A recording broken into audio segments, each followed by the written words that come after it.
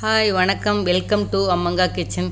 நம்ம கிச்சனில் இன்றைக்கி மட்டன் கோலா உருண்டை எப்படி செய்கிறதுன்னு பார்க்கலாம். அதுக்கு என்னென்ன தேவைங்கிறதையும் இப்போ பார்த்துடலாம்.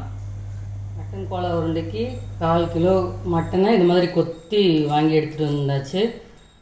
பொட்டுக்கல்ல ஒரு 50 கிராம், கல்லுப்பு, அந்த கோலா உருண்டைக்கு தேவையான அளவு, கொஞ்சமாக கொத்தமல்லி தழை, ஒரு அங்குலம் இஞ்சியை பொடியாக நறுக்கி வச்சுருக்கேன், பூண்டு ஒரு 6 பல், ஒரு கருவேப்பிலை, கொஞ்சம் கசகசா ஒரு சின்ன ஸ்பூனால் ஒரு ஸ்பூன் அளவுக்கு, முந்திரி பருப்பு ஒரு 6, ஒரு ஸ்பூன் சோம்பு, ஒரு 5 மிளகாய், ஒரு பட்டை, ஒரு கல்பாசி, ஒரு ஜாதிபத்திரி, கொஞ்சமாக பிரியாணி இலை, ஒரு ஏலக்காய், 2 கிராம்பு, கொஞ்சம் ஒரு கப் அளவுக்கு வெங்காயம் பொடியாக நறுக்கி வச்சுருக்கேன். வாங்க எப்படி செய்யுதுன்னு பார்க்கலாம். கொஞ்சமாக எண்ணெயை ஊற்றி நம்ம எல்லாத்தையும் வறுக்க ஆரம்பிச்சிடலாம்.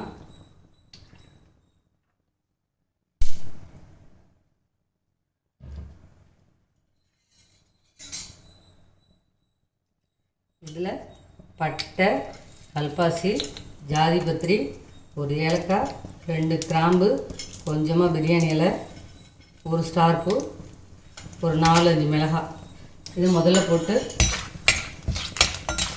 இப்படியே வறுத்துட்டு அது கூடவே ஒரு ஸ்பூன் அளவுக்கு சோம்பு அதையும் போட்டு வறுத்துக்கலாம். இப்போது கசகசா கொஞ்சமாக அதில் சேர்த்து அதையும் வறுத்துக்கிறேன். அது கூட முந்திரி பருப்பு,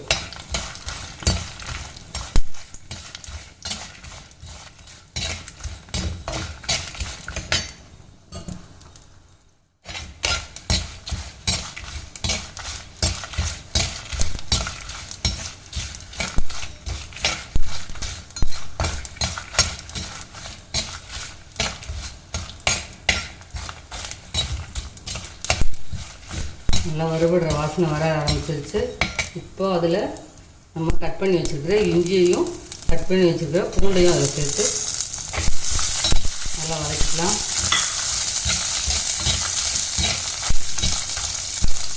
இப்போது சின்ன வெங்காயம் ஒரு 50 கிராம் அளவுக்கு அதையும் சேர்த்து வதக்கிக்கலாம். இப்போது இதுக்கு தேவையான உப்பையும் அதில் சேர்த்துறேன்.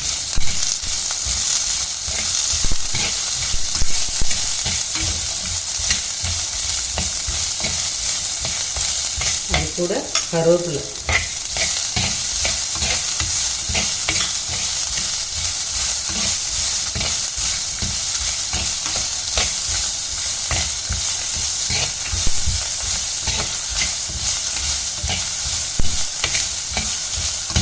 இப்போ நம்ம பொட்டுக்கல்லையை அதில் சேர்க்க போகிறதில்ல. பொட்டுக்கல்லையை தனியாக பவுடர் பண்ணி அதுக்கப்புறம் தான் அதில் சேர்க்கலாம். இது கூட சேர்த்து அரைப்பாங்க, ஆனால் சில சமயம் பொட்டுக்கல்லை மசியாமல் இருக்கிறதுனால அந்த கோலா உருண்டை கொஞ்சம் லூஸாக இருந்ததுன்னா நமக்கு போடுறது கொஞ்சம் கஷ்டமாக இருக்கும். அதனால் தனியாகவே பவுடர் பண்ணி அப்புறமா அதில் சேர்த்துக்கலாம். இப்போது நல்லா வதங்கிடுச்சு. இப்போது நம்ம சாப் பண்ணி வச்சுருக்கிற மட்டனை அதில் சேர்த்துடலாம்.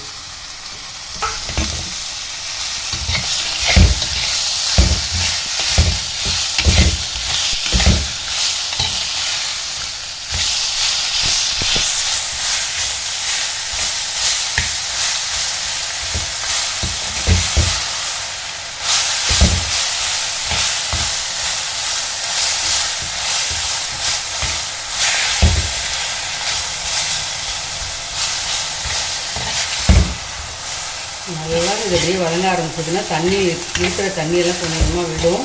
தண்ணி போகிற வரைக்கும் நல்லா வதக்கி எடுத்துக்கலாம். இப்போ இது கூட கொஞ்சம் மஞ்சள் தூள் சேர்த்துக்கிறேன்.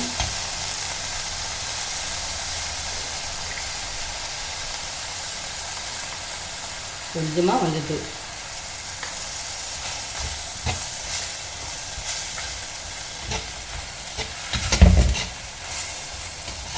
வாசனை நல்லா வருது. சில பேர் இதை வதக்காமல் கூட அப்படியே போட்டு அரைப்பாங்க. வதக்கி அரைச்சா டேஸ்ட் இன்னும் நல்லாயிருக்கும், வாசனையாகவும் இருக்கும். அதனால தான் நம்ம இப்போ வதக்கிறது.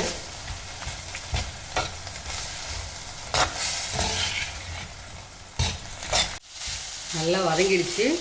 தண்ணியெல்லாம் சுண்டி பாருங்கள், தண்ணி இல்லை. இப்போ நம்ம அடுப்பு ஆஃப் பண்ணிவிட்டு ஆற வச்சு நம்ம அரைச்சி எடுத்துக்கலாம். அடுப்பு ஆஃப் பண்ணி ஆற வச்சு.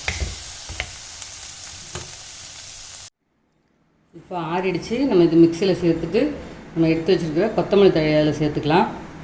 அது கூடவே நம்ம எடுத்து வச்ச பொட்டுக்கல்லையே பவுட்ரு பண்ணி வச்சுருக்கேன், அதில் பாதி இதில் சேர்த்துக்கலாம். 2 தரமாக போட போகிறோம். அதனால் இதில் பாதி இன்னொரு மிக்ஸி ஜார் இந்த அளவுக்கு போட்டு நல்லா அரைச்சிட்டு வந்துடலாம். தண்ணி சேர்க்காமல் அரைச்சிக்கலாம்.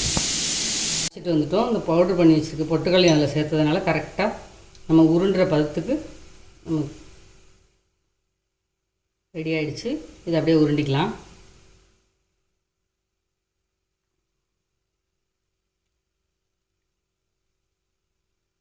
பாருங்க, உங்களுக்கு என்ன சைஸ் வேணுமோ அந்த சைஸுக்கு உருட்டி எடுத்துக்கோங்க.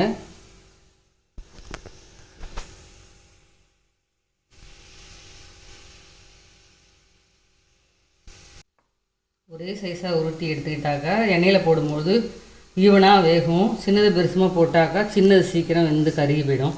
அதனால் ஒரே சைஸாக போடுங்க.